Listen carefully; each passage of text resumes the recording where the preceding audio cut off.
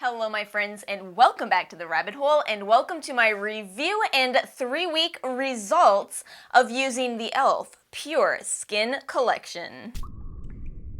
Let me go ahead and say a few things before I start today's video. So first of all, my skin type is dry and acne prone and a little bit sensitive, which is a huge reason why, when e.l.f. released this collection, I immediately bought it. According to e.l.f., this is the collection that they have curated for sensitive skin types. It's dermatologist developed. The ingredients are niacinamide, oat milk, ceramides, healing ingredients. So I was super excited. I love e.l.f. dearly. You all know I have several videos covering e.l.f. skincare products and how much I love them. Today's video is going to be my honest review of these products. If you're only interested in my thoughts on one, please know there are timestamps and links to the products in the description box below, so you can just jump wherever you want to in today's video. But really quickly, I want to say, this is maybe not going to be a glowing review of all 3 products, which is to say one of these did not work out for me.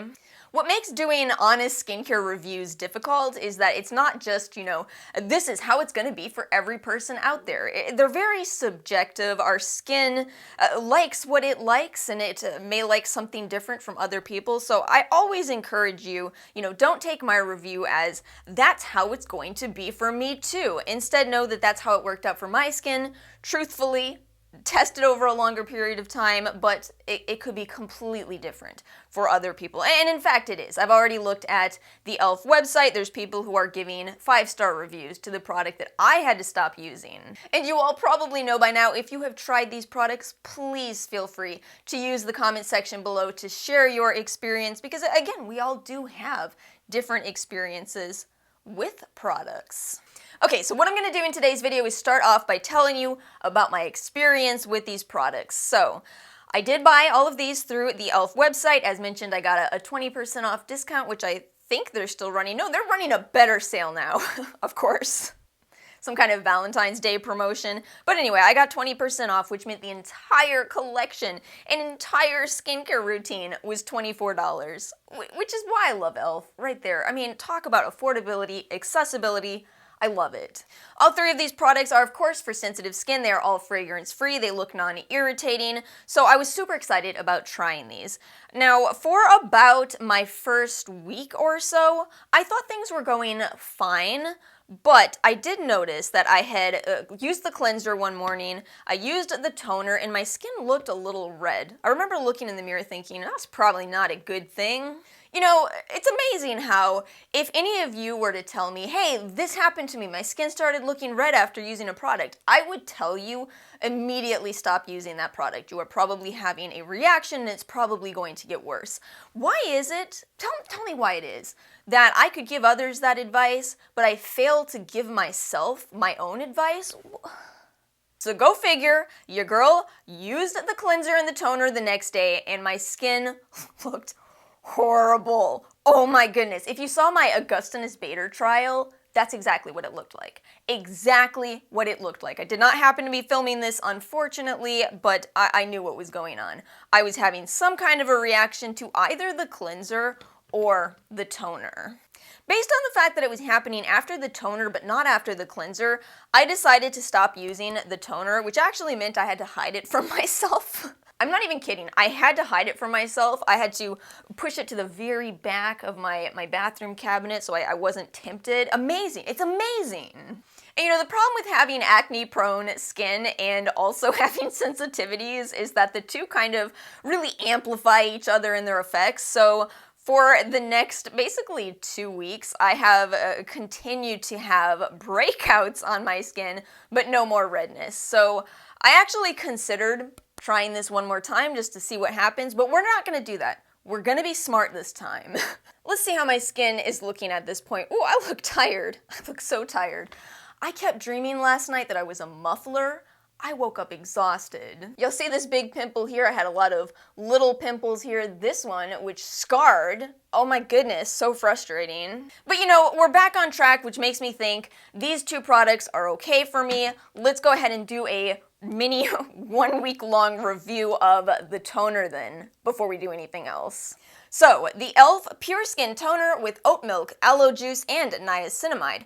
What it does, this non-comedogenic... Do y'all see why that word is so useless? To me personally, maybe it helps others, but that word just means nothing for my acne-prone skin. Non-drying toner nourishes and moisturizes for softer, smoother looking skin.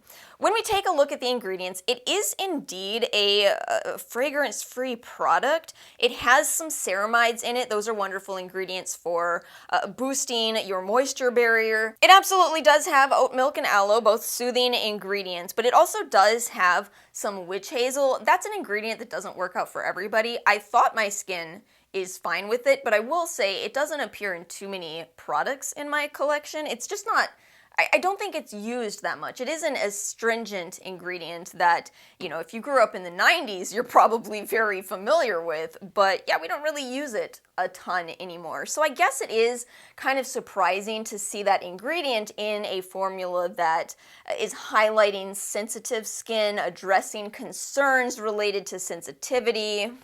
We'll come back to niacinamide. I also wanted to make sure to mention there is glycolic acid listed in the formula here. It's really strange because nowhere on the e.l.f. website or anywhere else on the product does it talk about this glycolic acid ingredient, but I'm sure you all are familiar with it, and I'm sure you know it's an alpha hydroxy acid used for chemical exfoliation, which isn't really an ingredient that you would highlight for sensitive skin. At the very least, you would pick something like, lactic acid or PHA ingredients. But I did take the pH of this, and I got, with test strips, of course, 5.5 to 6, which is not the right pH for glycolic acid, so it's potentially in this product for another purpose than exfoliating your skin. You're not going to get exfoliation from that ingredient unless it's at the right pH, or at least not very much of it. Before I took the pH, I was over here wondering, is that the problem? I've talked a lot about how I have to be cautious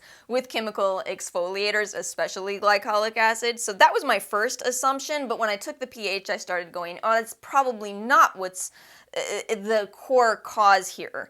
Now, this entire collection is highlighting niacinamide.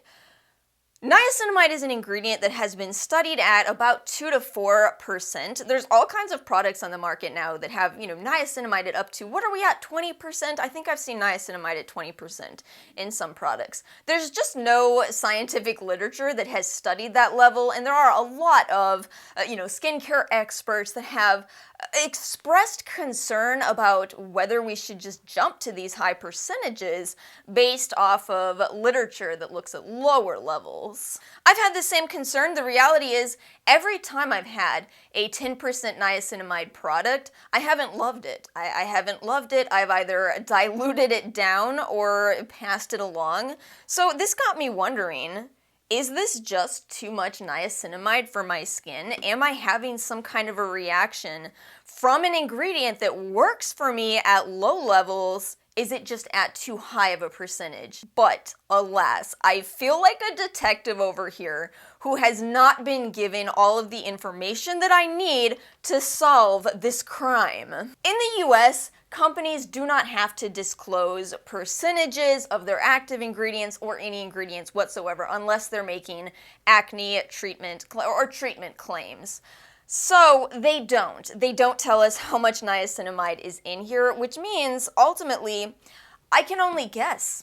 And I think this is why, for me, with my sensitive skin type and my acne and all of my skin issues, I think this is why it is so important for me to buy products that do disclose. Because worst case scenario, if something doesn't work for my skin, I can look at the active ingredients information and say, okay, well, I know what percent of this niacinamide ingredient I was using. Maybe that level is too high. Try another product with a lower level and, come to better conclusions. That's my whole argument. That's why it matters to me to see active ingredients. And no, I do not need high levels. My Beauty of Joseon products, 2% niacinamide. They work beautifully for my skin. So while I really and truly cannot tell you what happened to me, I can tell you this unfortunately didn't work out for me. It just didn't. Again, I've seen 5-star reviews of this. It's working for some people, but for my skin type,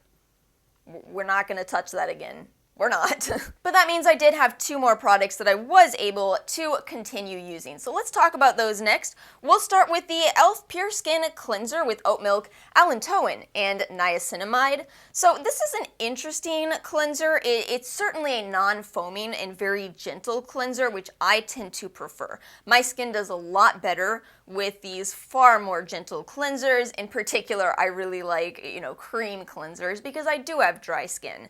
This is kind of a gel cleanser that is just dipping its toes into being a cream cleanser. There's a creaminess to it, but I would say it's much more of a gel cleanser. I like the pump on this a lot. You don't overuse the product. That's been something that I do pay a lot of attention to with other products. Some of them, they just spray out so much more cleanser than you can possibly use. So in 3 weeks of using this once a day at night, I've only used it, what is that, about a quarter of that? It's a nice size, 6.09 fluid ounces. That's larger than a lot of cleansers in my collection, and again, $9. I love that my skin doesn't feel dry. I love that it doesn't feel stripped. I will say, because of how gentle it is, for me, of course, I'm pairing it with a cleansing balm because I love cleansing balms, but it may not be enough for everybody. If you are, trying to remove makeup, possibly sunscreen, it may not be enough on its own. So I guess I would say probably use this with, a micellar water, a cleansing oil, a cleansing balm, but it does work nicely paired with those. Now, in all truth, I don't want to be a channel that just loves everything I've ever tried. The reality is, this is still not my favorite cleanser from e.l.f. I still prefer the Last Night Took an e.l.f. Bounce Back Cleanser. That's my mnemonic for that. Did I just ruin that song for anyone? Yeah, the Bounce Back Cleanser is amazing. It is the same kind of gentleness, but there's a little bit more enjoyment from the coconut smell, and I can use fragrance and cleansers. Again, this is all personal. Some people can't, but I can. I just enjoy using that one so much more. It's $6, but the size is a little bit smaller. The main thing with the Bounce Back Cleanser is I thought it was discontinued, but I looked it up on the website. You all had told me. You said, no, it's not. It's still on the website. It was just gone for a while. Yeah, that's my personal favorite cleanser from e.l.f. That's a great cleanser. I would have talked about it more in my best of 2021, but I thought it was discontinued. So yeah, I guess, if I was giving this a ranking, 4 out of 5 stars. And one more product from this collection, the e.l.f. Pure Skin Moisturizer with oat milk, ceramides, and niacinamide. This non-comedogenic rich cream nourishes and soothes for supple skin. Okay, so first of all, I want to say, I think it's interesting how this moisturizer kind of fills a bit of a gap in the e.l.f. skincare collection. So, I talk all the time about the e.l.f. Happy Hydration Cream. I absolutely love this moisturizer, but I can see, like I said in the intro, no skincare product is for everyone. I can fully believe this isn't for everyone. Same with Holy Hydration, they're very similar. I just prefer the hemp oil in this product. It's a bit of a thicker cream, probably more for normal to dry skin, and also not everybody likes jar packaging. Sometimes I see people say things like, well, why don't they just put it in a pump packaging? This is too thick. There's no way you could put this into a pump. That would clog a pump up so badly. That's why, not every moisturizer can be packaged into a pump packaging like this. So it does mean that this is a little bit of a lighter weight moisturizer in spite of saying rich cream. I'm not sure why they say that. The Pure Skin moisturizer also has ceramides in it, which is kind of unique for e.l.f. The Holy and Happy Hydration don't have ceramides, although they do have peptides, but again, we run into the same situation with the toner. How much peptides? It's not my favorite moisturizer. It's just a little bit difficult to blend into my skin. I feel like it doesn't absorb into my skin, so it doesn't really resolve my dryness. Towards the end of this trial, I just started kind of loading up my face with facial oil before I put this on to alleviate that sensation. So it's fascinating for me that here we have a very gentle indeed moisturizer that a lot of people will love the packaging of, love the fragrance-free,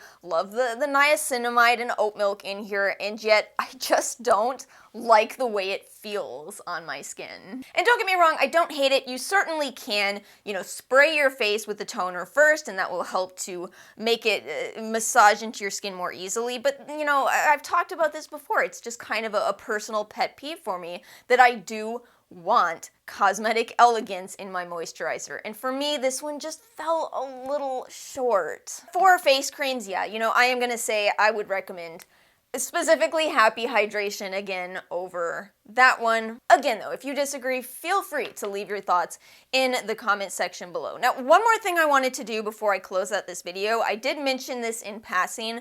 I wanted to compare this collection here to the Aveno Calm and Restore oat line. It's a similar theme here. The whole reasoning behind oat milk is that it's a great ingredient for sensitive skin types. And by the way, that is specifically because of the naturally occurring beta-glucan. If you're ever having trouble remembering that beta-glucan is from oats, just think of a can of oats. You know how once you cook up your oatmeal, it's got a very gluey texture? Beta-glucan. Today's video is apparently how to remember stuff with Alice. I've had these products for a while now. I like them. I like them. They're a lot more expensive than the e.l.f. line, and also I would say they're lighter in how they feel on your skin. I think that, especially with the cleanser and the moisturizer here, I think you're probably gonna like these more from e.l.f. if you have a little bit more dryness, whereas if you're a little bit more on the oily side, you'll probably like the feeling of the Aveno collection more. The Calm and Restore Oat Gel Moisturizer is a lot more cosmetically elegant, and personally I like the serum option more than a toner. Maybe that's just me, but I would rather skip the toner step and substitute a serum. I guess it's individual though. It certainly is. But again, if you do want to stick with e.l.f. cosmetics, don't feel like you, have to have those oat ingredients to complete a routine. There's plenty of other calming and soothing ingredients. Again, I frankly think hemp oil is a wonderful ingredient, rich source of fatty acids. Oh, actually, let me grab one more product. Here it is. This is actually one of my favorite facial oils of all time. The e.l.f. All the Feels Facial Oil. This is also from the hemp collection, not to be confused with CBD, but hemp oil is still a wonderful ingredient. So affordable and so incredible on sensitive skin. So yeah, I guess my point in today's video is that I tried the new e.l.f. for sensitive skin collection, and yet my conclusion is I think e.l.f. already had better products for sensitive skin. If it ain't broke, don't fix it, or something, I guess. But yeah, that's my picks would be the Happy Hydration Cream, All the Feels Facial Oil, and the Bounce Back Cleanser. But that's just me. That's my experience, my thoughts. I think it was an okay collection, but not an instant favorite. So that's it for today's video. Again, please feel free to leave your thoughts in the comments below. You do not have to agree with me. This is not an end-all be-all review of this collection. You can feel free to share your thoughts. But that's it. Thank you all so much for watching. If you found today's video helpful, please make sure to hit the like button and subscribe so you know the next review will indeed be Mary and May. Have a fantastic rest of your week, and I will see you all next time.